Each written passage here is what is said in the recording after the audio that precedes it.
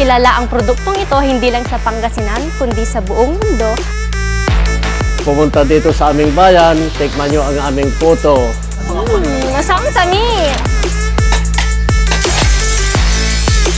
Halos buong Pilipinas kilala itong kalasyaw sa paggawa ng itas. Nung bata pa ako, ito yun na yung trabaho ko. Kino-consider nila to as income generating sa mga pamilya nila. Ang mga Kalasyawenyos at iba pang mga deboto ay pinagpapala dahil sa tibay at tatag ng kanilang pananampalataya. Samahan niyo ako, your Chinita Wonder, Mikay, para tuklasin ang kasaysayan at mga maipagmamalaki ng bayan ng Kalasyaw dito sa Ganda Mo, Pangasinan.